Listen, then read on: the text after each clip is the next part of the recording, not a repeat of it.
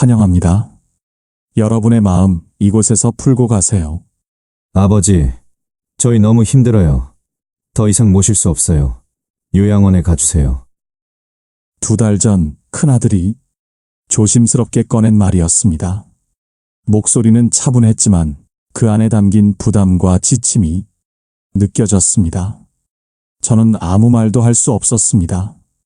목구멍이 막힌 듯 한동안 숨조차 쉬기 어려웠습니다. 72년을 살아오면서 이렇게 가슴이 내려앉는 순간이 또 있었을까요? 저는 평생 가족을 위해 살아왔습니다. 부모님을 모시고 사랑하는 아내와 함께 가정을 꾸리고 어린 아이들이 제 품에 안겨 울 때면 꼭 안아주며 다독여 주었습니다. 언제나 가족을 지켜주고 싶었습니다. 그런데 이제는 제가 돌봄을 받아야 하는 존재가 되어버렸습니다. 이제 저도 떠나야 할 차례일까요? 저도 이제 짐이 되어버린 걸까요? 요양원. 그곳은 제게 삶의 마지막 종착지처럼 느껴졌습니다. 정해진 시간에 일어나고, 정해진 시간에 밥을 먹고, 정해진 시간에 잠들어야 하는 곳. 모든 것이 관리되고 통제되는 곳. 내 의지대로 살 수 없는 곳. 저는 정말 그곳으로 가야만 하는 걸까요? 이대로 제 인생을 마무리해야 하는 걸까요? 정말 다른 방법은 없는 걸까요? 그런데 지금 저는 한 달 60만 원으로 편안한 노후를 보내고 있습니다. 요양원도 간병인도 없이 말이죠. 말도 안 된다고 생각하시나요? 그럼 이 영상을 끝까지 보세요. 여러분이 알고 있던 노후의 공식이 완전히 깨질 겁니다. 요양원도 간병인도 필요 없이 돈 걱정 없이 살 수 있는 방법. 오늘 주제가 마음에 드신다면 구독과 좋아요 눌러주세요. 여러분의 마음을 안아주는 좋은 컨텐츠로 보답하겠습니다. 처음에는 자녀들과 함께 사는 것이 가장 좋은 방법이라고 생각했습니다. 부모를 모시는 것이 당연한 일이라 믿었으니까요. 그래서 큰아들의 집에서 지내보기로 했습니다. 하지만 며칠이 지나지 않아 깨달았습니다. 이곳은 제 집이 아니라는 것을요. 저녁 식사 시간, 저는 조용히 밥을 먹고 있었습니다. 그때 며느리가 조심스럽게 말을 꺼냈습니다. 아버님, 혹시 방에서 드시는 게 어떨까요? 순간 손에 들고 있던 젓가락이 멈췄습니다. 이유를 묻지는 않았습니다. 하지만 며느리는 곧 덧붙였습니다. 아버님이 밥 드실 때 젓가락 소리가 좀 크셔서요. 손주들이 식사에 집중을 못한다고 하네요. 그 말을 듣는 순간 가슴이 철렁 내려앉았습니다. 그날부터 저는 혼자 방에서 밥을 먹어야 했습니다. 식탁에서 한 자리 사라진다는 것. 그것은 단순한 변화가 아니었습니다. 가족의 일원에서 점점 손님이 되어간다는 의미였습니다. 작은 딸의 집도 크게 다르지 않았습니다. TV에서 뉴스를 보고 있을 때 딸이 다가와 리모컨을 건넸습니다. 아버지, 손주들이 공부해야 하니까 소리를 좀 줄이시면 좋겠어요. TV를 보는 것도 조심스러웠고 밤이 되면 화장실 가는 일조차 부담스러워졌습니다. 아버지, 밤에는 화장실 가실 때 조심해 주세요. 발자국 소리가 커서 애들이 깨더라고요. 저는 조용히 고개를 끄덕였습니다. 밤이 되면 물을 적게 마시고 될 수 있으면 화장실에 가지 않으려 애썼습니다. 그렇게 점점 더 조용히, 점점 더 작아져 갔습니다. 그날 밤 한참을 천장을 바라보며 생각했습니다. 나는 지금 여기에 있지만 정말 여기에 있어도 되는 걸까?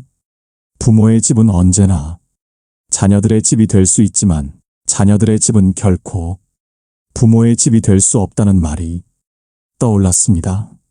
저는 더 이상 그 집의 주인이 아니었습니다. 그저 방 하나를 빌려 사는 사람이 된 것 같았습니다. 그래서 결국 저는 다시 제 집으로 돌아왔습니다. 하지만 그것이 끝이 아니었습니다. 그때는 몰랐습니다. 집으로 돌아가는 것이 또 다른 고독의 시작이라는 것을, 자녀들과 함께 사는 것이 어렵다면 다른 방법을 찾아야 했습니다. 그래서 저는 간병인을 고용하기로 결심했습니다. 24시간 상주 간병인, 월 450만 원. 비싸지만 최소한 밥을 차려주고 청소도 해주고 병원에도 동행해준다니 이 정도 비용은 감수해야 한다고 생각했습니다. 첫날 간병인은 친절했습니다. 아버님, 제가 맛있는 거 해드릴게요. 뭐 좋아하세요? 그렇게 시작된 간병인 생활. 하지만 시간이 지날수록 간병인의 태도가 조금씩 변하기 시작했습니다. 아버님, 다른 집에서는 고기도 자주 해드렸었는데 여긴 너무 반찬이 소박하네요. 식비를 좀 더 주시면 제가 더 신경 써서 차려드릴 수 있는데요. 어느 날은 한숨을 쉬며 말했습니다. 이렇게 검소하시면 제가 밥을 하는 보람이 없어요. 간병인은 힘든 일인데 그래도 맛있는 거 먹으며 일하고 싶잖아요. 처음엔 대수롭지 않게 넘겼습니다. 하지만 매 끼니마다 은근한 눈치를 주는 듯한 말들이 쌓여갔습니다. 그리고 단순히 반찬 문제가 아니었습니다.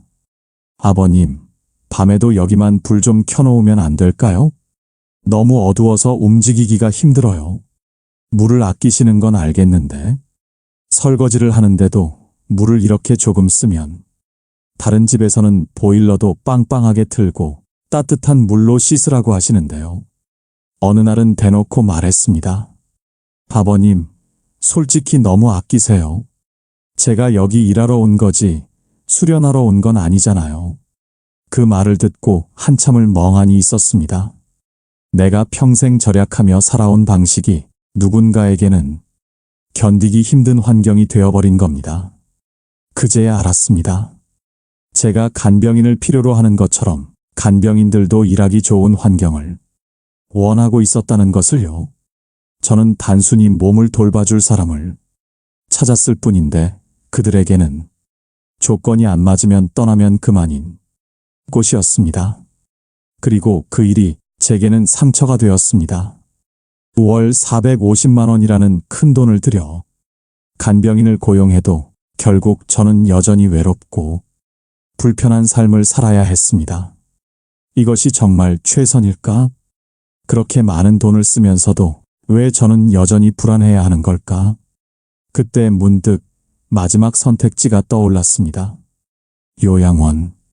요양원은 마지막 선택이었습니다. 하지만 현실적으로 다른 방법이 없어 보였습니다.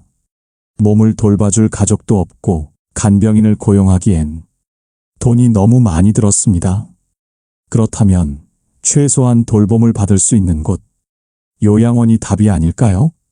큰아들은 이미 몇 군데를 알아보고 있었습니다. 아버지, 시설도 좋고 간호사분들도 친절하대요. 아무래도 요양원이 안전하지 않겠어요? 하지만 저는 선뜻 대답할 수 없었습니다.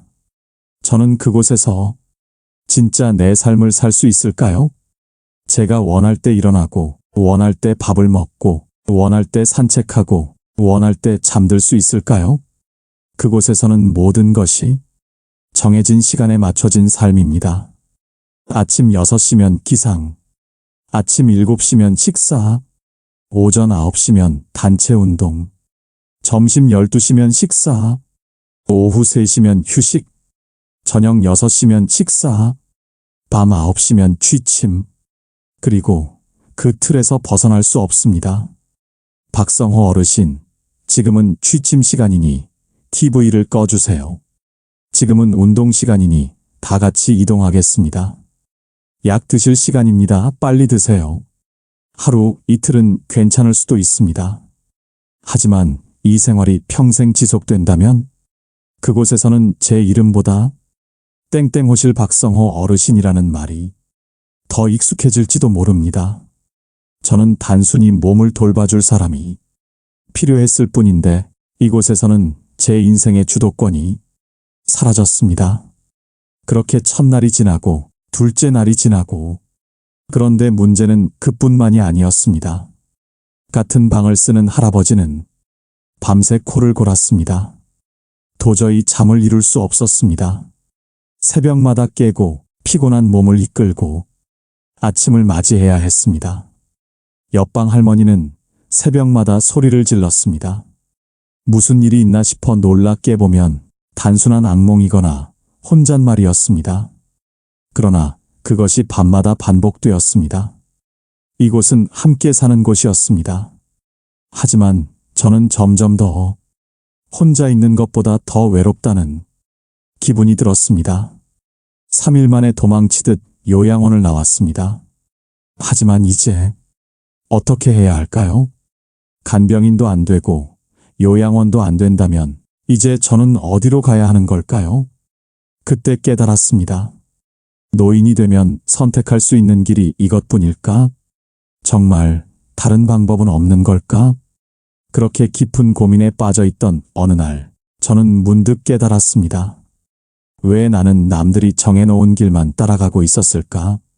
자녀와 함께 사는 것이 당연하다고 해서 그렇게 했고, 간병인을 쓰는 게 최선이라고 해서 시도해봤고, 노인은 결국 요양원에 가야 한다고 해서 받아들였습니다.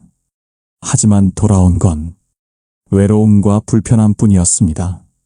그렇다면 정해진 길을 따르지 않고 스스로 새로운 길을 만들 수는 없을까? 그 생각이 제 인생을 바꿔놓을 줄은 그때는 미처 몰랐습니다. 집에 홀로 사는 가장 큰 문제는 안전입니다. 만약 넘어지거나 갑자기 건강이 나빠지면 누가 도와줄 수 있을까요? 자녀들은 바쁘고 주변 이웃과도 왕래가 적다면 정말 위험한 순간이 올 수도 있습니다. 그래서 저는 스마트 케어 시스템을 도입하기로 했습니다. 매일 아침 알람이 울리면 자동으로 안내가 나왔습니다. 오늘 날씨는 흐리고 낮 기온은 25도입니다. 약 드실 시간입니다. 이제는 누군가 챙겨주지 않아도 약을 깜빡하는 일이 줄어들었습니다. 음성 명령으로 불 꺼줘, TV 켜줘 라고 말하면 직접 움직이지 않아도 조명이 켜지고 TV가 켜졌습니다. 조금만 움직여도 쉽게 피로해지는 나이, 이런 작은 변화만으로도 생활이 한결 편해졌습니다. 거실과 화장실에는 낙상 감지 센서를 설치했습니다. 만약 일정 시간 동안 움직임이 없거나 넘어지는 동작이 감지되면 자동으로 자녀와 이웃에게 연락이 가도록 설정했습니다. 이제 혹시 모를 사고에 대비할 수 있는 환경이 마련된 것입니다. TV, 에어컨, 조명, 보일러 같은 가전제품들도 음성으로 조작할 수 있도록 설정했습니다. 전기 절약을 위해 스마트 플러그를 사용해 필요할 때만 전원을 켜고 껐습니다. 덕분에 불필요한 전기 사용도 줄어들었고 무엇보다 편리함이 더해졌습니다. 이렇게 시스템을 갖추고 나니 혼자서도 훨씬 안전하고 편리한 생활이 가능해졌습니다. 하지만 저는 이내 깨달았습니다. 기술이 편리함을 줄 수는 있지만 외로움까지 해결해 주지는 못한다는 것을요.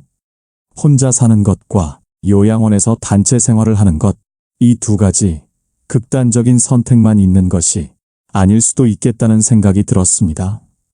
적당한 거리를 두면서도 필요할 때 서로 도움을 주고받는 방식이 가능하다면 어떨까요? 이것이 바로 실버 코하우징이었습니다. 처음에는 낯설고 어색했습니다. 하지만 용기를 내어 가까운 이웃들과 소통하기 시작했습니다. 마침 같은 아파트 단지에는 저와 비슷한 고민을 가진 분들이 많았습니다. 자연스럽게 이야기를 나누다 보니 우리는 모두 같은 문제를 안고 있었습니다. 자녀와 같이 사는 것은 현실적으로 어려웠습니다. 간병인을 고용하자니 비용이 부담스러웠습니다. 요양원은 가고 싶지 않았습니다. 그렇다고 혼자 사는 것은 너무 불안하고 외로웠습니다. 그렇다면 완전히 함께 살지는 않지만 서로를 돌봐주는 새로운 공동체를 만들어 보면 어떨까 하는 생각이 들었습니다.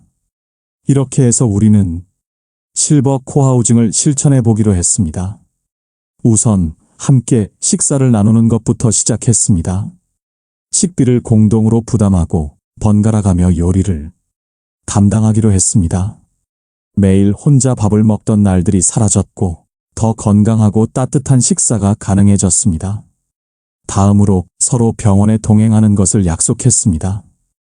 혼자 병원에 가는 것이 힘들어질 때면 서로 시간을 맞춰 함께 병원에 가기로 했습니다. 진료를 받을 때 옆에서 도와주고 의사 선생님의 설명을 함께 들으며 필요한 부분을 정리해 주기도 했습니다. 약국에서 약을 받을 때도 함께 가서 필요한 걸 챙기는 일이 훨씬 수월해졌습니다. 안전 문제도 고민이었습니다. 그래서 매일 아침 단체 채팅방에 좋은 아침입니다. 라는 인사를 남기기로 했습니다. 혹시 오전 10시까지 아무런 연락이 없는 분이 있으면 전화로 안부를 묻고 필요하면 직접 찾아가 보기로 했습니다. 그뿐만이 아니었습니다. 각자의 재능을 살려 서로에게 도움을 주는 일도 생겼습니다. 요리를 잘하는 분이 요리 클래스를 열었고 손재주가 좋은 분이 공예 만들기를 가르쳐 주었습니다. 스마트폰이 어려운 분들은 잘 아는 사람이 도와드렸습니다.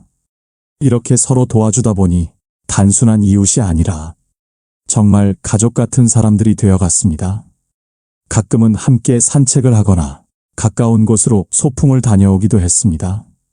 예전에는 혼자 조용히 지내던 시간이 많았지만 이제는 함께 웃고 대화하는 시간이 늘어났습니다. 외롭지 않은 노후, 부담스럽지 않은 돌봄. 그것이 바로 실버 코하우징의 가장 큰 장점이었습니다.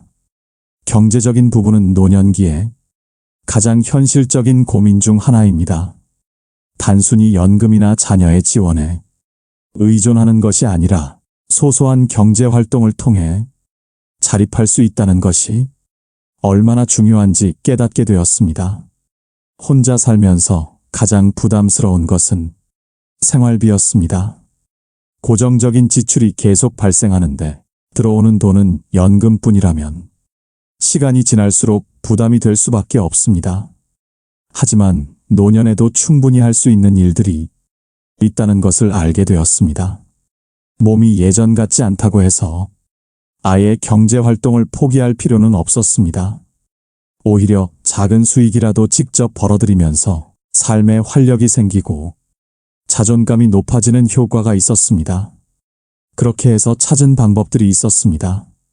어린 시절부터 옛날 이야기를 듣는 것을 좋아했듯이 누군가에게 이야기를 들려주는 것도 재미있는 일이 아닐까요? 이웃 아이들에게 직접 옛날 이야기를 들려주고 소정의 강의료를 받는 것도 방법이었습니다. 처음에는 단순히 손주들에게 이야기를 들려주듯이 시작했지만 아이들이 점점 흥미를 가지면서 부모님들도 반기기 시작했습니다. 단순한 이야기 시간이 아니라 전래동화, 역사 이야기, 교훈이 담긴 이야기를 들려주면서 자연스럽게 어린이 대상 이야기 교실이 되었습니다. 어려운 일도 아니었습니다. 그저 편안하게 앉아 경험과 지혜를 나누는 것이었으니까요. 어린 시절부터 들었던 이야기들, 젊을 때 경험했던 일들, 그리고 우리 세대만이 알고 있는 전통적인 가치들을 아이들에게 전하는 것은 보람 있는 일이었습니다. 이렇게 꾸준히 활동을 하면서 작은 수익이 생겼습니다. 물론 큰 돈은 아니었지만 경제적인 부담을 조금이라도 줄일 수 있다는 것이 큰 의미였습니다. 그리고 또 하나, 저는 온라인에서도 경제 활동을 할 수 있는 방법이 있다는 걸 알게 되었습니다. 스마트폰으로 간단한 노후 생활 노하우를 공유하는 영상을 만들어 유튜브에 올리기 시작했습니다. 처음에는 작은 채널이었지만 점점 관심을 받으면서 광고 수익도 생겼습니다. 단순히 돈을 버는 것이 아니라 많은 사람들에게 도움이 될 수 있다는 것이 가장 기쁜 일이었습니다. 그리고 어떤 분은 취미를 살려 손재주를 이용한 소소한 경제 활동도 할 수 있었습니다. 예를 들면 수공예품을 만들어 온라인 마켓에서 판매하는 것이었습니다. 젊을 때 바느질을 잘했던 것이 떠올라 작은 손가방이나 컵받침 같은 소품을 만들었고 이를 온라인에서 판매하면서 작은 용돈벌이가 되었습니다. 예전에는 이런 것들이 번거로운 일이었지만 이제는 온라인을 활용하면 손쉽게 판매가 가능하다는 사실도 알게 되었습니다. 그리고 주변의 스마트폰 사용이 어려운 분들을 도와주면서 함께 수공예품을 만들어 온라인 마켓에 판매하는 활동도 시작할 수 있었습니다. 이런 작은 경제 활동을 통해 노후에도 충분히 자립할 수 있다는 자신감이 생겼습니다. 꼭 많은 돈을 벌지 않더라도 스스로 생활할 수 있는 힘을 기르는 것이 중요하다는 것을 깨달았습니다. 그렇게 생활비 일부를 충당하며 경제적 부담을 줄이고 동시에 보람 있는 활동을 통해 활력을 되찾게 되었습니다.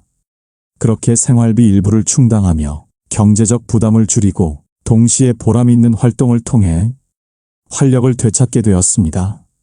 그렇지만 이것만으로는 충분하지 않았습니다.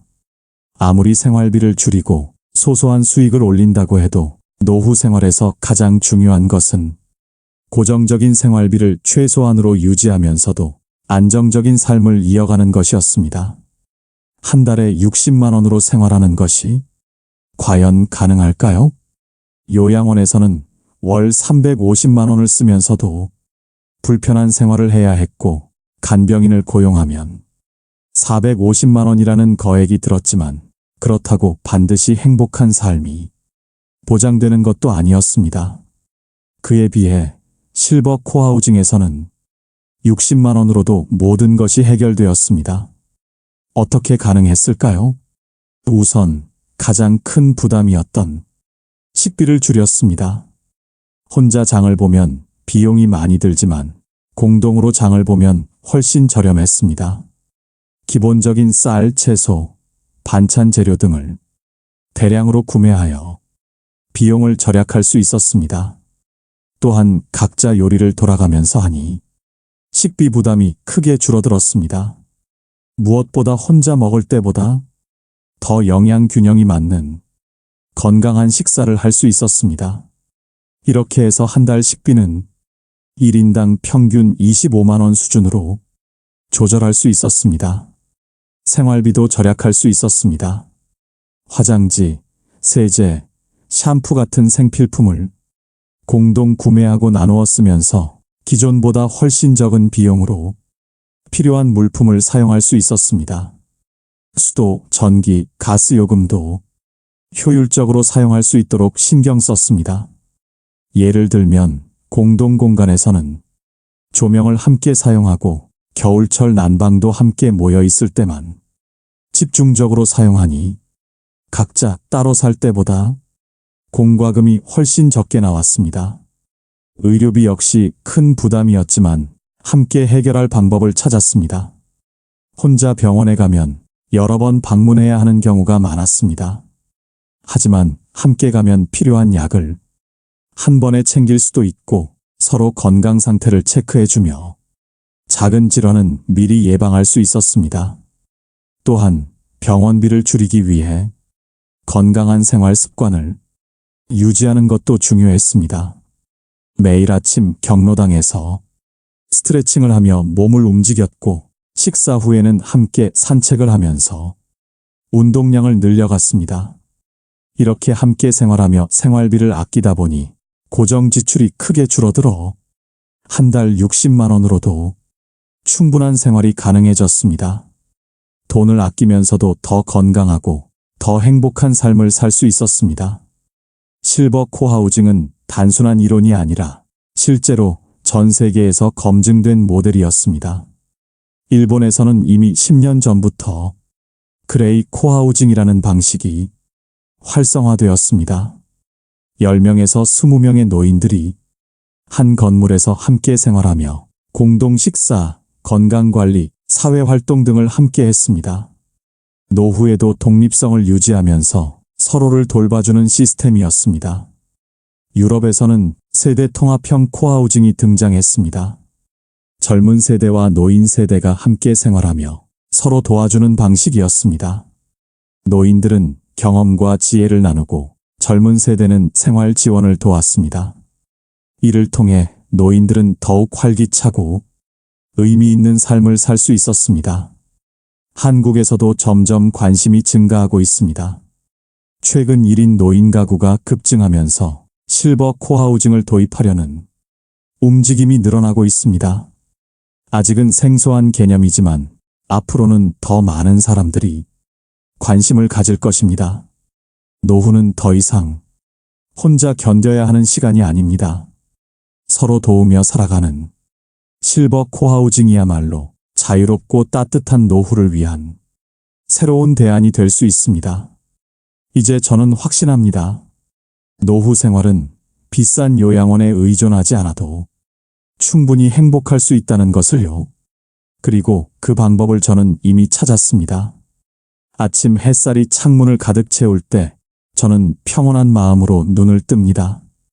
창밖에서 들려오는 이웃들의 인사소리, 함께 나눌 따뜻한 아침, 식사, 누군가와 함께 할 수 있다는 안정감이 제 삶을 지탱해 줍니다.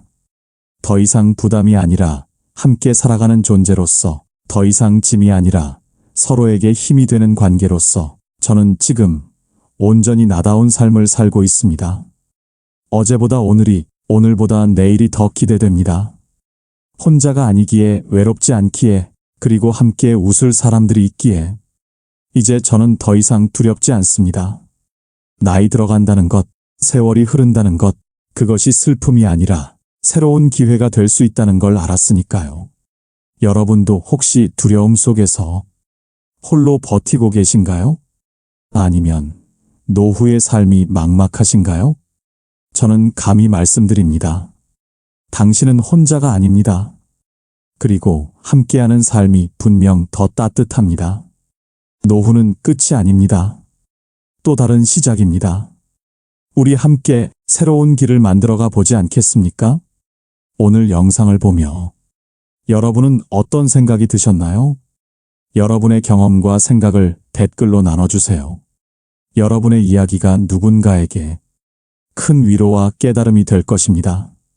오늘 영상이 도움이 되셨다면 소중한 분들께 공유해 주시고 구독과 좋아요로 저를 응원해 주세요. 여러분과의 소중한 연결이 저에게 큰 힘이 됩니다. 오늘도 행복한 하루 되세요. 이상으로 마음 풀고 가세요 였습니다.